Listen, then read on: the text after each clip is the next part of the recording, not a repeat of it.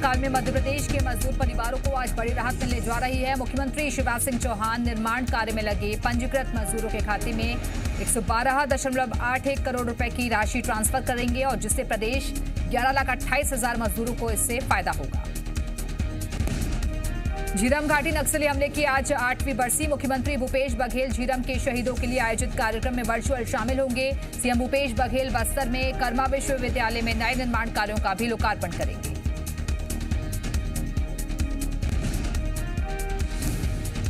25 मई 2013 को हुए झीरम घाटी नक्सल हमले में छत्तीसगढ़ के वरिष्ठ नेता विद्याचरण शुक्ल, नंद कुमार पटेल, महेंद्र कर्मा समेत कांग्रेस के कई बड़े नेता और जवान शहीद हुए थे और इसके पहले मुख्यमंत्री भूपेश बघेल ने झीरम घाटी में हुए नक्सल हमले में शहीद नेताओं और जवानों को श्रद्धांजलि अर्पित की।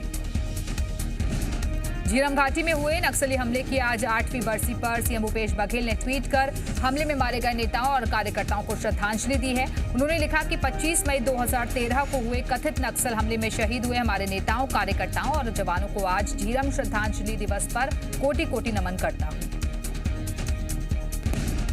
संविदा स्वास्थ्य कर्मचारियों की हड़ताल का आज दूसरा दिन है। प्रदेश के करीब 19,000 संविदा स्वास्थ्य कर्मी हड़ताल पर हैं। ये लोग संविदा नीति 2018 लागू करने और नियमित कर्मचारियों के बराबर 90% वेतनमान देने की मांग कर रहे हैं।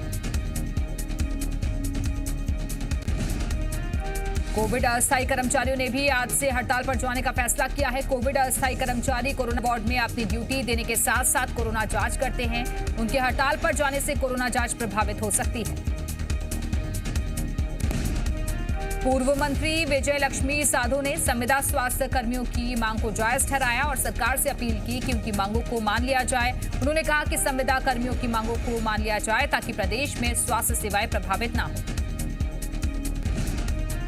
मध्य प्रदेश में संविदा स्वास्थ्य कर्मियों की हड़ताल से वैक्सीनेशन प्रभावित हो रहा है और भोपाल के ओल्ड कैंपियन वैक्सीनेशन सेंटर में अब सिर्फ एक स्वास्थ्य कर्मचारी के भरोसे ही ये सेंटर चल रहा है। संविदा कर्मियों की हड़ताल से अब सेंटर पर कोई दूसरा कर्मचारी नहीं बचा है। मध्य प्रदेश में संविदा स्वास्थ्य कर्मचारियों की हड़ताल है और जिसे खत्म करने की स्वास्थ्य मंत्री प्रभुराम चौधरी ने अपील की है। उन्होंने कहा कि संविदा स्वास्थ्य कर्मियों की मांग जायज है, जिसे पूरा किया जाएगा, लेकिन अभी स्वास्थ्य कर्मी हड़ताल खत्म करें।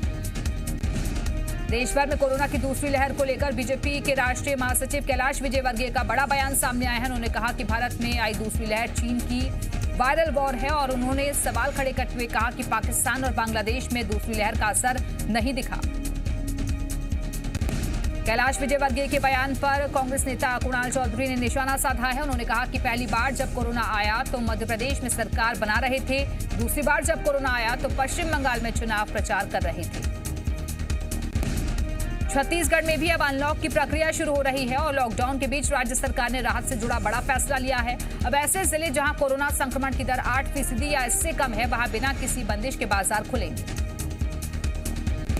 सभी दुकानों, मॉल, शोरूम को खोला जा सकेगा और किसी तरह का रोस्टर सिस्टम या बंदिश नहीं होगी, मगर शाम 6 बजे के बाद से नाइट कर्फ्यू का पालन करना होगा। रायपुर शहर में अब तक चुने हुए 11 बाजार राइट लेफ्ट के सिस्टम से खुल रहे थे, लेकिन आज से इसे पूरी तरह से खोलने को कह दिया गया। छत्तीसगढ़ में 24 घंटे में कोरोना के 4,209 नए मरीज सामने आए हैं और कोरिया में 423, रायगढ़ में 357, सरगुजा में 334, सूरजपुर में 328 और बलरामपुर में 303 नए केस मिले हैं। 24 घंटे में 8,685 मरीज ठीक हुए।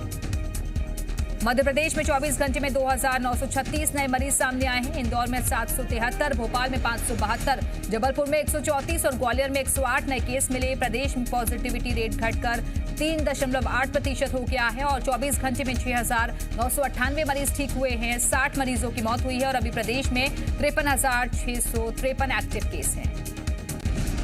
भोपाल में 73 नए कंटेनमेंट जोन बनाए गए हैं और इसको लेकर कलेक्टर अविनाश लवानिया ने आदेश जारी कर दिया है। कंटेनमेंट जोन में आवाजाही पूरी तरह से बैन रहेगी। यहां रहने वाले लोगों को भी होम क्वारंटीन में रहना होगा।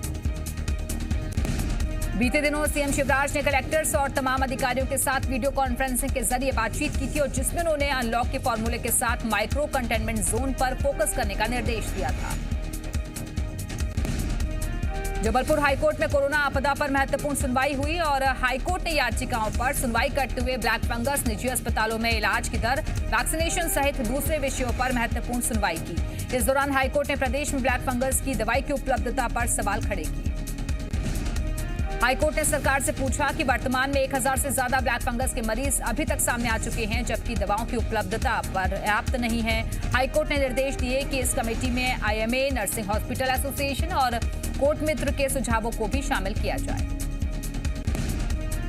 इंदौर के MGM हॉस्पिटल में मरीजों की परेशानी को देखते हुए परिजनों ने जमकर हंगामा किया है। नाराज परिजनों ने प्रभारी मंत्री तुलसी सिलावट और सांसद शंकर लालवानी के सामने हॉस्पिटल में हंगामा किया। दरअसल ब्लैक फंगस के इलाज के लिए जरूरी इंजेक्शन और दवाइयों को लेकर यहां पर हंगामा किया गया। दवाइयों की उपलब्धता के लिए मेडिकल कॉलेज में प्रभारी मंत्री बैठक ले रहे थे। प्रभारी मंत्री की बैठक में मरीजों के परिजन पहुंचे और उन्होंने आरोप लगाया कि निजी दुकानदार बिना डीन के हस्ताक्षर के इंजेक्शन नहीं दे रहे। कोरोना की तीसरी लहर के खतरे से बचने के लिए रतलाम में स्वास्थ्य विभाग और जिला प्रशासन ने तैयारियां शुरू कर दी हैं। शासकीय मेडिकल कॉलेज में 10 बेड का एक वार्ड बनाया गया है। इसमें कोरोना संक्रमित बच्चों का इलाज किया जाएगा। इसके अलावा 10 और बेड का वार्ड तैयार किया जा रहा है, जहां उन छोटे बच्चों का इलाज होगा जो कि बिना मां के नहीं रह सकते। रतलाम जिला अस्पताल के MCH में गर्भवती महिला का कोरोना टेस्ट किया जाएगा और जिससे नवजात शिशु को कोरोना संक्रमण से बचने की कवायद जल्द शुरू हो सके। छतरपुर में बच्चों में कोरोना संक्रमण के चौंकाने वाले आंकड़े सामने आए हैं। छतरपुर में पिछले एक महीने में 285 बच्चे कोरोना से संक्रमित मिले हैं, जिसमें एक बच्चे की कोरोना से मौत भी हो गई है, जबकि 27 बच्चे अभी भी कोरोना एक्टिव हैं। छतरपुर में संक्रमित बच्चों की उम्र 0 से 18 बताई जा रही है। छतरपुर के CMHO का कहना है कि संक्रमित बच्चों में कोरोना के पूरे लक्षण पाए गए थे। हालांकि उन्होंने अभी जिले में कोरोना की तीसरी लहर को मानने से इनकार कर दिया। रायसेन में भी जिला मुख्यालय पर 8 ICU समेत 60 बिस्तरों वाला पीडियाट्रिक बेड तैयार किया जा रहा है, जिसका शुभारंभ स्वास्थ्य मंत्री प्रभुराम चौधरी करेंगे। जिले में पिछले एक महीने में 62 बच्चे कोरोना संक्रमित हुए हैं। रायसेन के ग्रामीण क्षेत्रों में प्रशासन एहतियात बरत रहा है और चाइल्ड स्पेशलिस्ट का कहना है कि बच्चे कोरोना संक्रमित हो सकते हैं, लेकिन डरने की जरूरत नहीं है। लेकिन तीसरी लहर को देखते हुए 1 से 14 साल के बच्चों के लिए पीडियाट्रिक ICU बनाने का प्रस्ताव भोपाल भेजा गया है। धार में पिछले एक महीने में 387 बच्चे कोरोना संक्रमित हुए हैं और जिनमें से 320 बच्चे स्वस्थ भी हो चुके हैं। वहीं 66 बच्चों का इलाज अस्पताल और होम आइसोलेशन में चल रहा है। एक महीने के मासूम की कोरोना से मौत भी हुई। धार में डॉक्टर्स के मुताबिक बच्चे संक्रमण से जल्द ठीक हो रहे हैं, लेकिन सर्दी, खांसी, बुखार होने पर बच्चों का तुरंत इलाज कराएं, नहीं तो हालात तेजी से बिगड़ जाएंगे। वहीं प्रशासन भी तीसरी लहर से निपटने की तैयारी कर रहा है। बच्चों के लिए अलग से कोरोना वार्ड बनाए जा रहे हैं। जबलपुर के सिटी अस्पताल संचालक सरबजीत सिंह मोखा के बेटे हरकरण मोखा को पुलिस ने गिरफ्तार कर लिया है। नकली रेमडेसिविर इंजेक्शन मामले में हरकरण मोखा काफी दिनों से फरार चल रहा था। हरकरण मोखा ने सरेंडर करने का आवेदन किया था, लेकिन कोर्ट में सरेंडर करने के पहले ही SIT की टीम ने उसे गिरफ्तार कर लिया।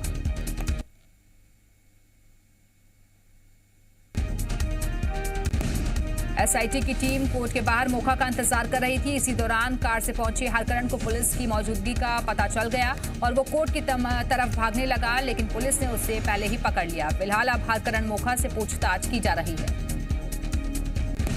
कांग्रेस के पूर्व प्रदेश अध्यक्ष अरुण यादव ने खंडवा कलेक्टर का एक वायरल ऑडियो ट्वीट करते हुए CM शिवराज सिंह चौहान से कार्रवाई की मांग की है। अरुण यादव ने कहा है कि मध्य प्रदेश में प्रशासनिक अधिकारी, कर्मचारियों और मीडिया कर्मियों पर गुंडागर्दी, तनाशाही और हिटलरशाही चला रहे हैं और मुखिया उनकी पीठ थपथपा रहे हैं। पूरे मामले पर कलेक्टर अनय द्विवेदी का बयान भी सामने आया है। उन्होंने कहा है कि आउटसोर्सिंग पर लगे कर्मचारी मरीजों से बुरा व्यवहार कर रहे थे और बराबर ड्यूटी नहीं कर रहे थे। उस समय वो कुछ कर्मचारियों के साथ कड़ाई से पेश आए थे। बाद में इन कर्मचारियों ने भी अपना व्यवहार सुधारा और ठीक से काम करने लगे। रतलाम के गांव मांगरोल में एक बेटे ने पेश की है मिसाल। शिव नारायण ने अपनी मां के मृत्यु भोज कार्यक्रम का करीब 1,32,000 रुपए अलग अलग संस्थाओं को दान कर दिया है। शिव नारायण का मानना है कि उनकी मां धार्मिक प्रवृत्ति की थी, इसलिए उनकी इच्छा के मुताबिक ही काम किया।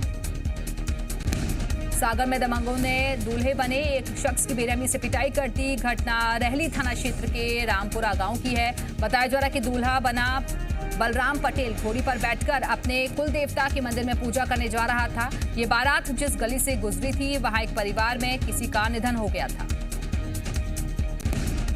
आरोप है कि उस परिवार के चंदन यादव ने बारात रोकी, जिस पर दोनों पक्षों के बीच बहस हुई और फिर मारपीट शुरू हो गई, जिसके बाद दूल्हे बलराम पटेल ने थाने पहुंचकर मुकेश यादव और अन्य लोगों के खिलाफ रिपोर्ट लिखवाई। फिलहाल पुलिस घटना की जांच कर रही है। सतना में शराब तस्करों से ही लूट का मामला सामने आया है और ये आरोप किसी और पर नहीं बल्कि पुलिस पर ही लगा है। अमरापाटन में पुलिस ने 2 शराब तस्करों को गिरफ्तार किया था। दोनों आरोपियों ने एसपी से शिकायत की कि गिरफ्तारी से पहले पुलिस वालों ने उनसे 4 लाख रुपए की शराब लूट ली। एसपी ने मामले की जांच करवाई, जिसमें आरोप सही पाए गए और इसके बाद 2 पुलिस कांस्टेबल समेत 4 लोगों के खिलाफ एफआईआर दर्ज की गई है। दोनों पुलिसकर्मियों को निलंबित कर दिया गया है। बताया जा रहा है कि दोनों पुलिसकर्मी फरार चल रहे हैं। इंदौर के महू से 4 दिन पहले जासूसी के मामले में पकड़ी गई 2 बहनों से लगातार पूछताछ जारी है। जांच एजेंसियां दोनों बहनों को जांच के लिए कई स्थानों पर भी लेकर गई। बताया जा रहा है कि दोनों बहनों के इलेक्ट्रॉनिक गैजेट्स का डाटा भी पुलिस ने कुछ हद तक रिकवर कर लिया है। सोशल मीडिया से भी जानकारियां निकाली जा रही हैं। इंदौर आईजी के मुताबिक दोनों बहनें पिछले कुछ दिनों से पाकिस्तानी युवकों के संपर्क में थी और संभावना है कि वो इन दिनों दोनों बहनों को अपने जाल में फंसाने का प्रयास कर रहे थे। पाकिस्तान के युवक वहां की जासूस एजेंसियों की होने की भी आशंका है।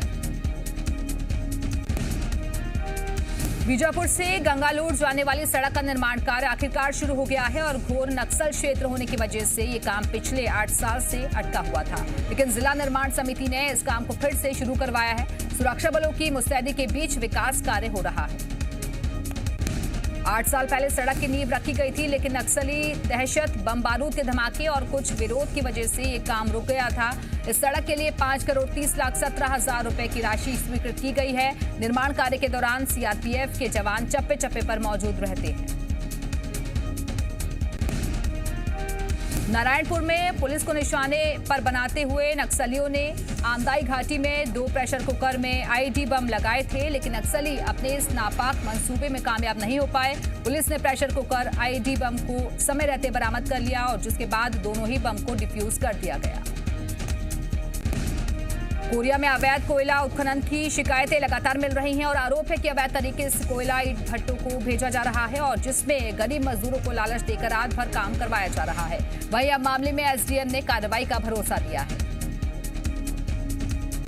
रायपुर के पंडरी इलाके में उस वक्त हड़कंप मच गया जब कपड़ा मार्केट में भीषण आग लग गई। देखते ही देखते आग ने पूरे कपड़ा मार्केट को अपनी चपेट में ले लिया। घटना की सूचना मिलने के बाद पुलिस और फायर ब्रिगेड की गाड़ियां मौके पर पहुंची और आग पर काबू पाया गया। दतिया में शक्तिपीठ श्री पीताम्बरा मंदिर के बाहर बना प्राचीन विशाल गेट ट्रैक्टर ट्रॉली की टक्कर से गिर गया। गनीमत ये रही कि किसी तरह की कोई जनहानि नहीं हुई है। हादसे के बाद कुछ लोगों के दबे होने की भी आशंका जाहिर की जा रही थी। हालांकि मलबा हटाने पर सिर्फ 3 बाइकें ही दबी मिली हैं। हादसे का सीसीटीवी फुटेज भी सामने आया है, जिसमें दिख रहा है कि ट्रैक्टर ट्रॉली की टक्कर के बाद प्राचीन गेट धराशायी हो गया। मौके पर मौजूद लोगों ने भागकर अपनी जान बचाई। सागर जिले के रहने वाले दिव्यांग रघुनाथ कोरोना काल में अपनी ट्राईसाइकिल से ही 18 दिनों में दिल्ली से सागर के गढ़ा कोटा पहुंच गए और रास्ते में कुछ लोगों ने रघुनाथ की मदद भी की। दिल्ली में रघुनाथ अपनी ट्राईसाइकिल पर ही छोटी मोटी चीजें बेचकर अपना गुजर बसर करते हैं। महासमुंद की बेटी डॉक्टर प्रज्ञा चंद्राकर ने प्रदेश के साथ देश का नाम भी रोशन किया है। उनका चयन हार्वर्ड विश्वविद्यालय के लिए हुआ है और प्रज्ञा अब अमेरिका की हार्वर्ड विश्वविद्यालय में कोरोना वायरस और उसकी वैक्सीन पर काम करेंगी। इस वक्त प्रज्ञा चंद्राकर अमेरिका के न्यूयॉर्क के Albert Einstein college of medicine में पोस्ट डॉक्टरल रिसर्च फेलो के पद पर काम कर रही हैं। वो ट्यूबरक्लोसिस और काला आजार पर रिसर्च कर रही हैं। डॉक्टर प्रज्ञा चंद्राकर ने बताया कि उन्होंने कभी नहीं सोचा था कि हार्वर्ड में उनका चयन हो जाएगा। महाराष्ट्र में घटे कोरोना के नए मामले। बीते 24 घंटे में आए 22,122 केस। इस दौरान 361 लोगों की मौत। कोरोना संक्रमण का सूंघकर पता लगा सकते हैं sniffer dog. 94% accuracy rate. Experts का दावा, इंसानों को सूंघकर आसानी से लगा सकते हैं पता। स्वामी रामदेव ने आईएमए और फार्मा कंपनियों को लिखा खुला पत्र। पूछे 25 तीखे सवाल। कहा एलोपैथी सर्वशक्तिमान नहीं। पश्चिम बंगाल में हिंसा पर पूर्व राजनयिक जज और अधिकारियों ने राष्ट्रपति को लिखी चिट्ठी। हिंसा की जांच के लिए एसआईटी बनाकर रिटायर्ड जज की निगरानी की मांग। तूफान से अग्रिम राहत पर आमने सामने ममता और केंद्र। ओडिशा और आंध्र प्रदेश को 600 करोड़ के मुकाबले 400 करोड़ रुपए देने पर लगाया भेदभाव का आरोप। बंगाल ओडिशा के तटीय इलाकों में यास तूफान का असर दिखना शुरू। कई इलाकों में तेज हवाओं के साथ बारिश। 5 राज्यों में एनडीआरएफ की 99 टीमें तैनात। कल शाम तक तूफान के टकराने की आशंका। टूलकिट मामले में ट्विटर इंडिया के दफ्तरों पर दिल्ली पुलिस की स्पेशल सेल का छापा। कांग्रेस ने उठाए सवाल। समाजवादी पार्टी ने बताया अलोकतांत्रिक। सोशल मीडिया कंपनियों को गाइडलाइन बनाने की डेडलाइन का आज आखिरी दिन। ट्विटर, फेसबुक, इंस्टाग्राम ने आज तक नहीं दिया कोई जवाब। केवल कू ने किया नियमों का पालन। पंजाब नेशनल बैंक घोटाले का आरोपी मेहुल चौकसी लापता। छानबीन में जुटी एंटीगा पुलिस। चौकसी के वकील ने न्यूज एजेंसी एएनआई को दी जानकारी। हरियाणा के रोहतक में ग्राउंड पर प्रैक्टिस कर रहे पहलवान की गोली मारकर हत्या। पहलवान की मौके पर ही मौत। 2 बाइक सवारों ने दिया वारदात को अंजाम।